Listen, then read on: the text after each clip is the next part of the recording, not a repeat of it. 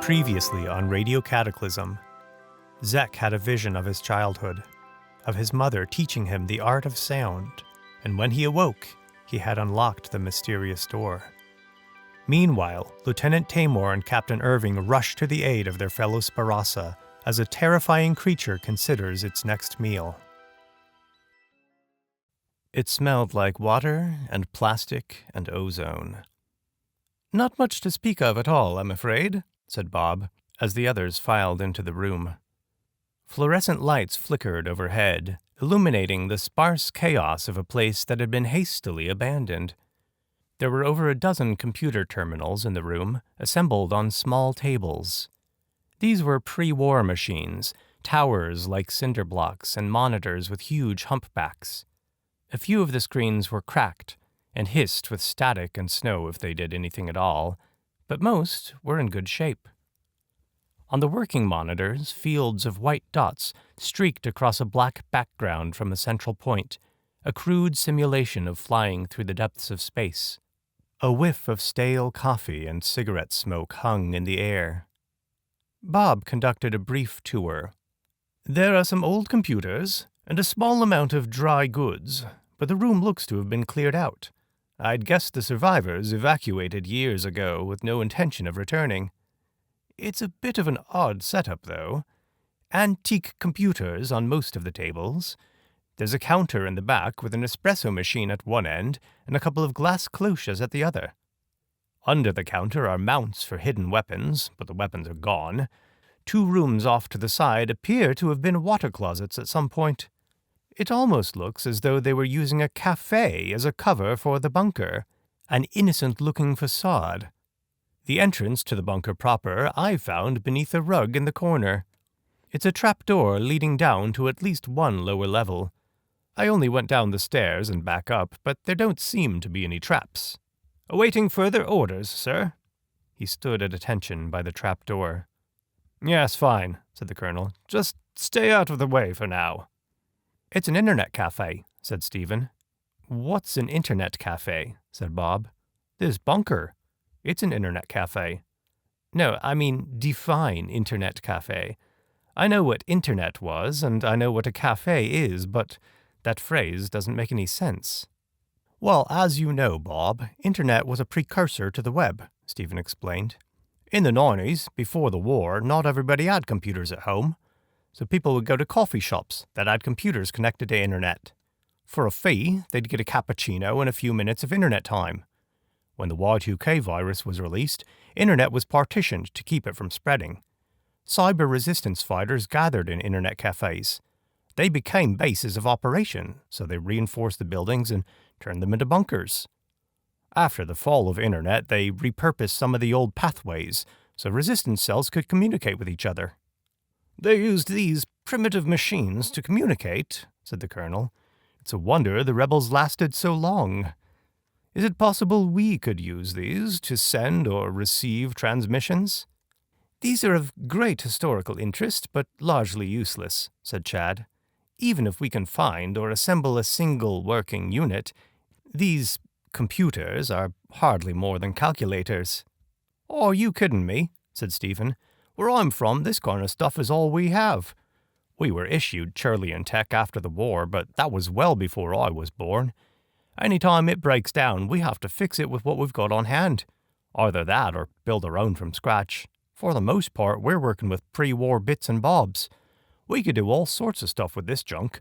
I could even get us on the web, if the cloud wasn't blocked." "Yet it is," said the colonel. "So tell me, how does any of this help us?" "Well, it might not get you a line to headquarters, but it could get us halfway there.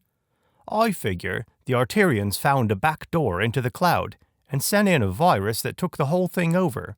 Sort of like what the Churls did to internet at the start of the war. The thing is, everything made by Churlia is designed to work together, efficiently and quickly, and with almost complete security. But the same design that lets them work that way also makes them vulnerable to this kind of attack. There's fail-safes that are supposed to protect the system, but they're not perfect. If you have a good team of hackers or the right kind of virus, or both, you can take over the whole system." Once Plumwine's hackers found the back door, that was all they needed. Again, I ask, how does that information help us now? Well, it won't help us get into the cloud, but we don't have to. We can bypass the Arterian's jamming signal entirely, because it's only jamming Churlian equipment. You remember the TV in that nice family's house that you burned down? I noticed it when we searched the place. It was old, not Churlian. Everybody I know with a TV, it looks like that. A big chunky box with a glass screen. The Arterians want non-Churlian tech to keep working, especially TV and radios. They're banking on it to get their message out. Yes, I know that much, but we don't use non-Churlian equipment. You're suggesting I send a telegram to a telephone. You don't use non-Churlian tech, but you monitor it, said Stephen. Everybody knows you do. What's more, you've been doing it since the war. Longer, said Bob, since Marconi. Since Gauss and Weber, some say. Yes, and so does Plumwine, said the colonel, which means that any airwave communication is out of the question. Even assuming we could transmit from this place, we'd be giving away our exact position.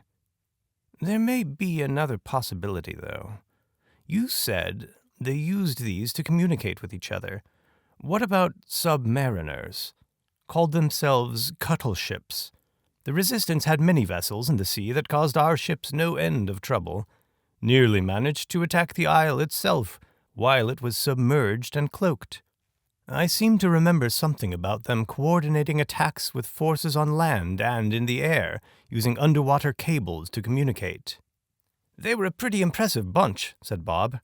They designed their ships after cuttlefish, with the ability to change shape and color.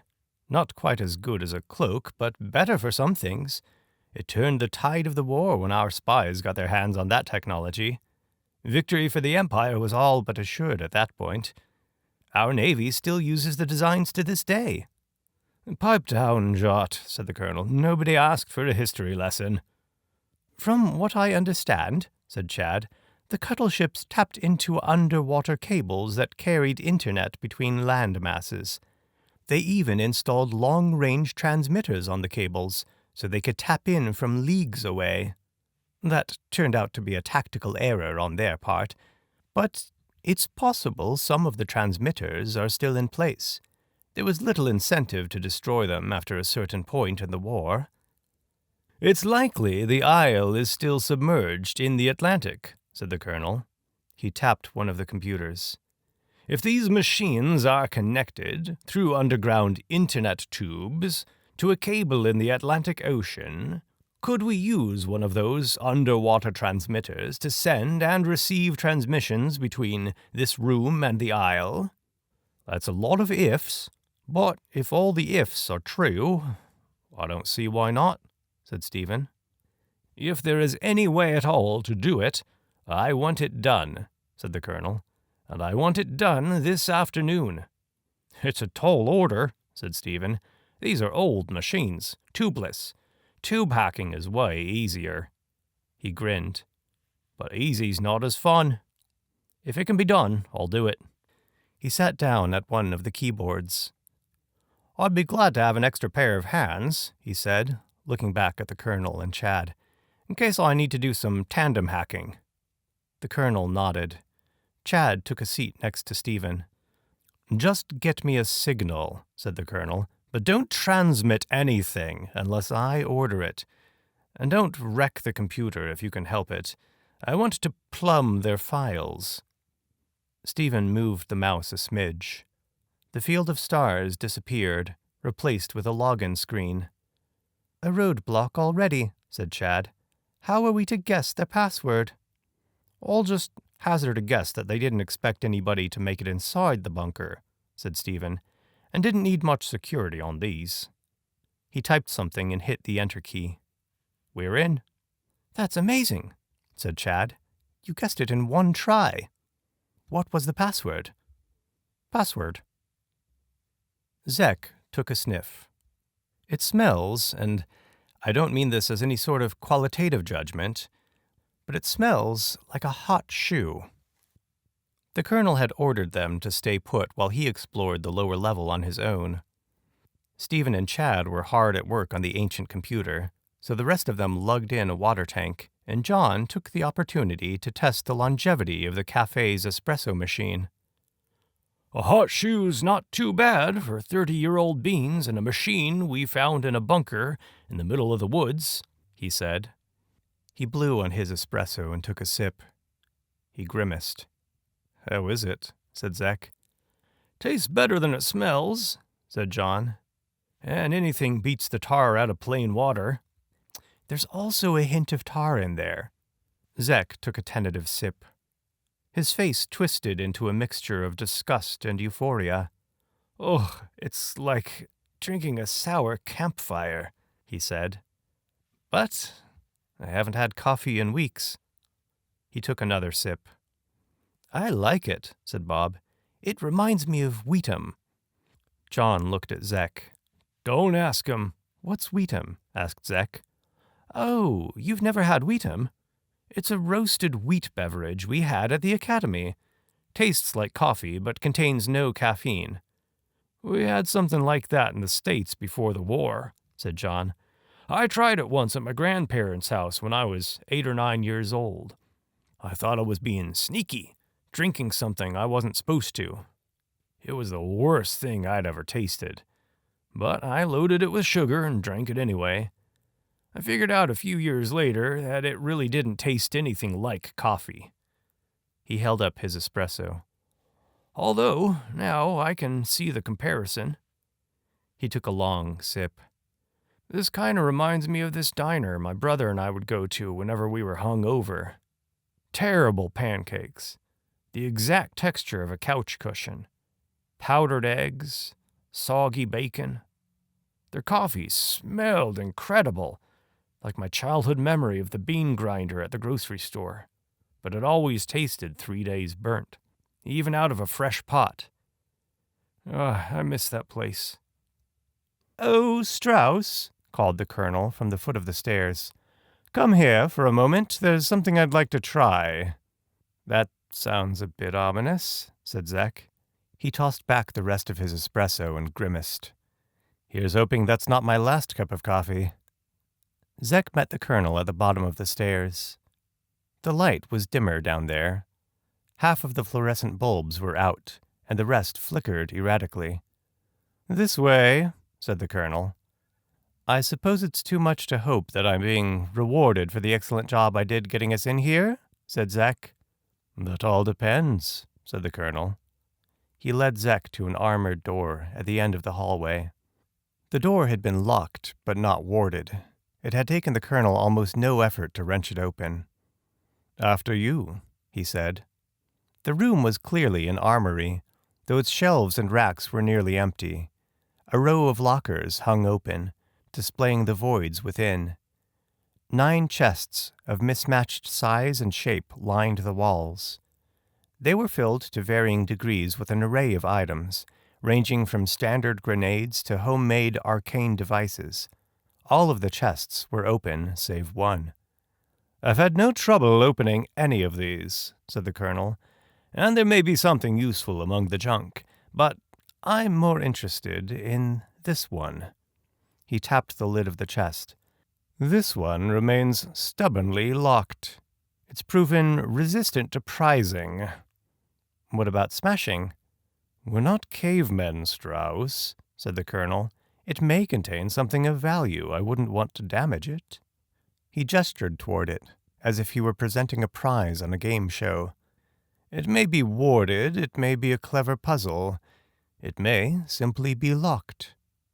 "Open it." "I'll give it a try," said Zeck. "No," said the colonel. "Don't try. Open it." "It might help if I had my satchel. I have a locksmithing set in there, as well as some other tools that might be useful if—" "I don't expect you'll be needing those," said the colonel. "But if it comes to that, I'll let you have your satchel and keep it on your person from here on out." Zeck approached the chest in the center of the far wall. "I haven't blown up so far," he thought. He knelt to examine it. It was rather plain, made from dark wood and reinforced on the corners with brass. It was flat on top with no markings other than a single glyph in the exact center, a broken eggshell. "It looks like a fairly simple lock," he said. "I might not even need—" As soon as he laid a hand on the chest, the latch popped open. "Well, they don't call me Locksbane Strauss for nothing. Or at all." He lifted the lid. Inside the chest, nestled in protective foam, was a single, right-handed gauntlet. It was lobstered as if it belonged to a suit of armor and covered with delicate silver filigree. "Put it on," said the colonel, peering over his shoulder. Zeck hesitated. "Shouldn't we scan it or something first?" "No," said the colonel. "It doesn't really match my outfit." Zeck felt a tug in his yoke. He was sure that if he didn't put the gauntlet on, the colonel would override his yoke and force him to. Rather a fool than a puppet, he thought. He picked it up with his left hand. It was lighter than it looked. The interior was lined with a silk-like fabric. It tingled gently when he slid his hand inside, like 1,000 tiny static shocks. It didn't fit like a glove, not at first. Once his hand was fully inside the gauntlet, the lining contracted around his skin, squeezing gently. It was just slightly tighter than snug. He had the feeling that if somebody else tried to pull it from his hand, it wouldn't budge, but if he did it himself, it would slide off easily. "What does it feel like?" the colonel asked. "Give it a wave."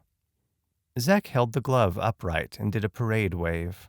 As he turned it from side to side, he felt the lining tighten and undulate. He yelled in surprise. He held the gauntlet in front of him and moved it more slowly this time, like he was petting an imaginary horse.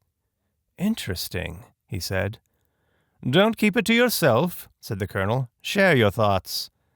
"I'm not certain, but—" Zeck stood so he was about 6 feet away from one of the open chests. He held his right hand in a stop gesture. He could feel the lid of the chest, just as if he'd laid his hand on it. He couldn't sense fine details like the grain of the wood or the coolness of the metal, but it felt just like he was touching it through a thick mitten. He moved his hand back and forth, and it felt like he was running a gloved hand over the lid. He curled his fingers and pulled his hand toward himself. The lid slammed shut. Mouth agape, he turned to look at the colonel.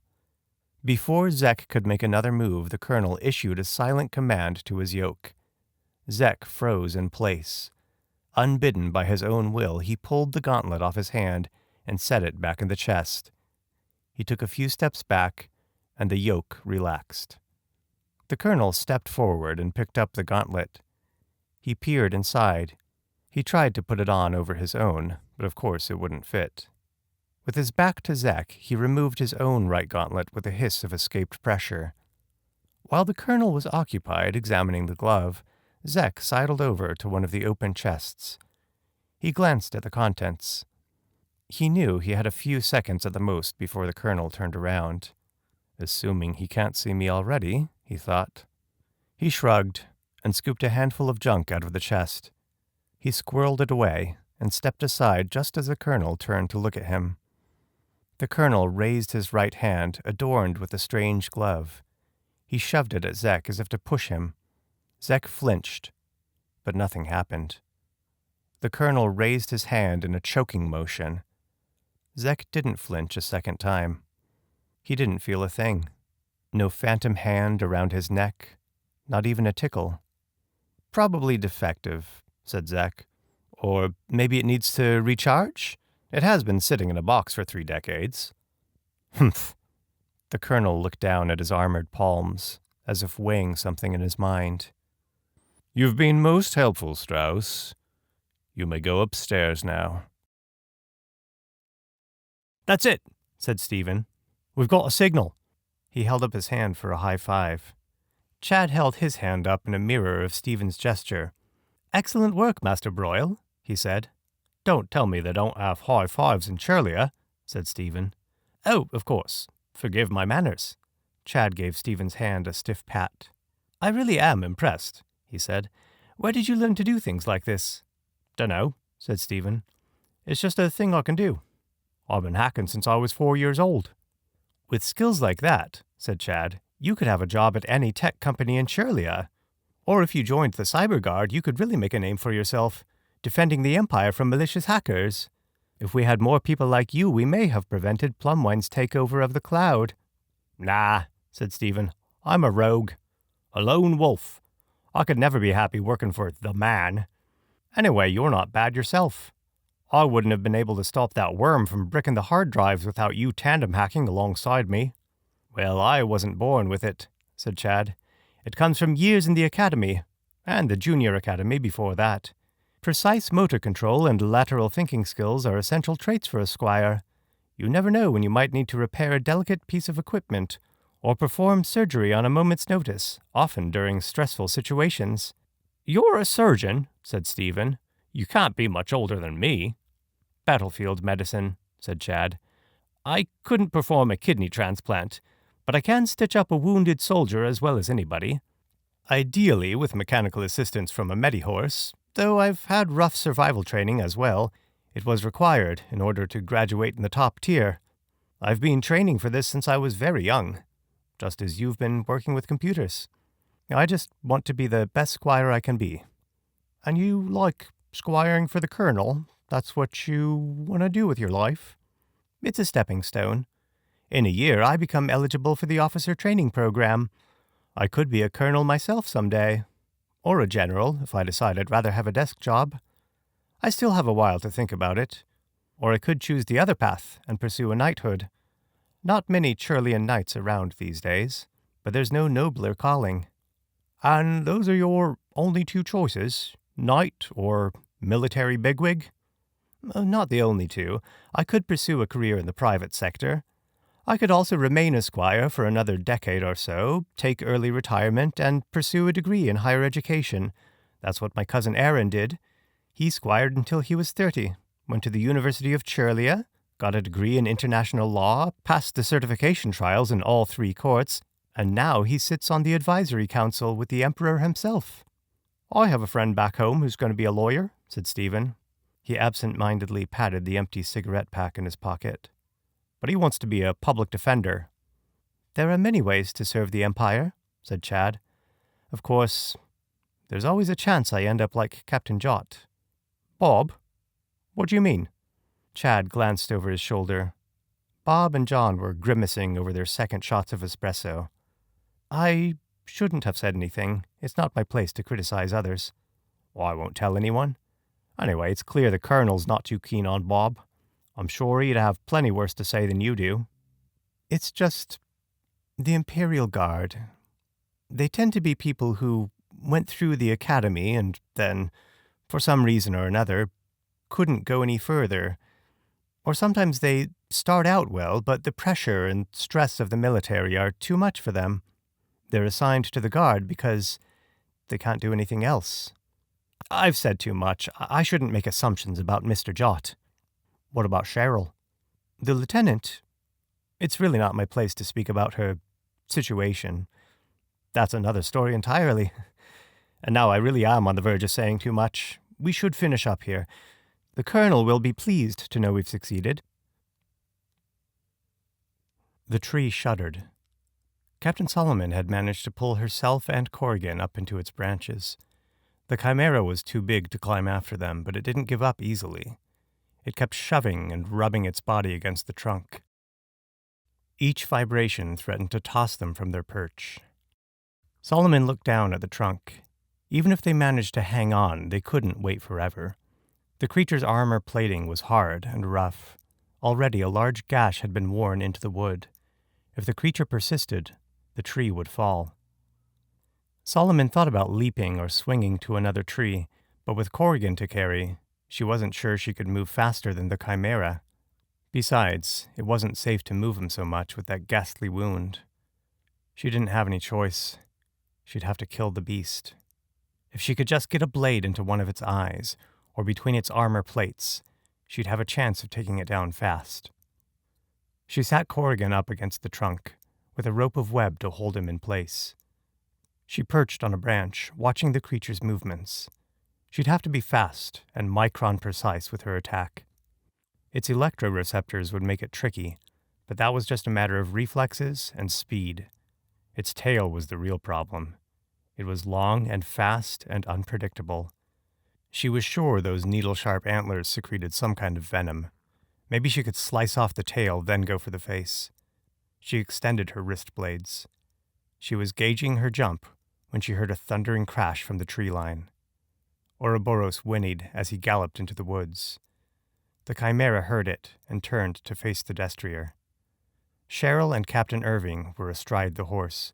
When they drew near, they stood and jumped into the trees straight from Ouroboros's back. Captain Solomon opened a radio channel to Cheryl. "Stay clear of its tail," she said. "It has electroreception like a shark. It can sense you without seeing you." "Stay put," said Cheryl. "This won't take long." Ouroboros didn't hesitate. He trotted right up to the Chimera. The creature backed up a step, baring its teeth with a hiss and thumping its tail against the forest floor. Ouroboros reared back on his hind legs. One of his belly guns swiveled toward the open possum mouth. A stream of fast-hardening resin sprayed out, filling the beast's maw and clogging its throat. More covered its nose. It pawed desperately at its face, trying to scrape the stuff away and clear its air holes, but the resin had already set. The Chimera turned away from Ouroboros, swinging its tail wildly. The deer head struck a glancing blow on the horse's flank, but his armor deflected it easily. With his 4 hooves back on the ground, Ouroboros snorted and lowered his head. He stood his ground as the Chimera's tail swung back in his direction. An 18-inch blade extended from a sheath hidden beneath his mane, a shimmering, double-edged unicorn horn sword. He stood his ground as the Chimera's tail swung back in his direction. At the last second, he raised his head. The blade was unmoved as it sliced through the swinging tail, letting the deer-headed flail sever itself against its razor edge. The tail's stump flopped and writhed like a ribbon in the wind, spraying blood like a garden hose. The Chimera pawed desperately at its face, but soon its movements slowed. The tail settled to a frantic twitch. "Ouroboros, kill," said Cheryl out loud. Ouroboros sheathed his blade, then trotted over and crushed the Chimera's head under his hoof, with no more ceremony than stamping out a cigarette. A loud crunch ended the creature's twitching for good.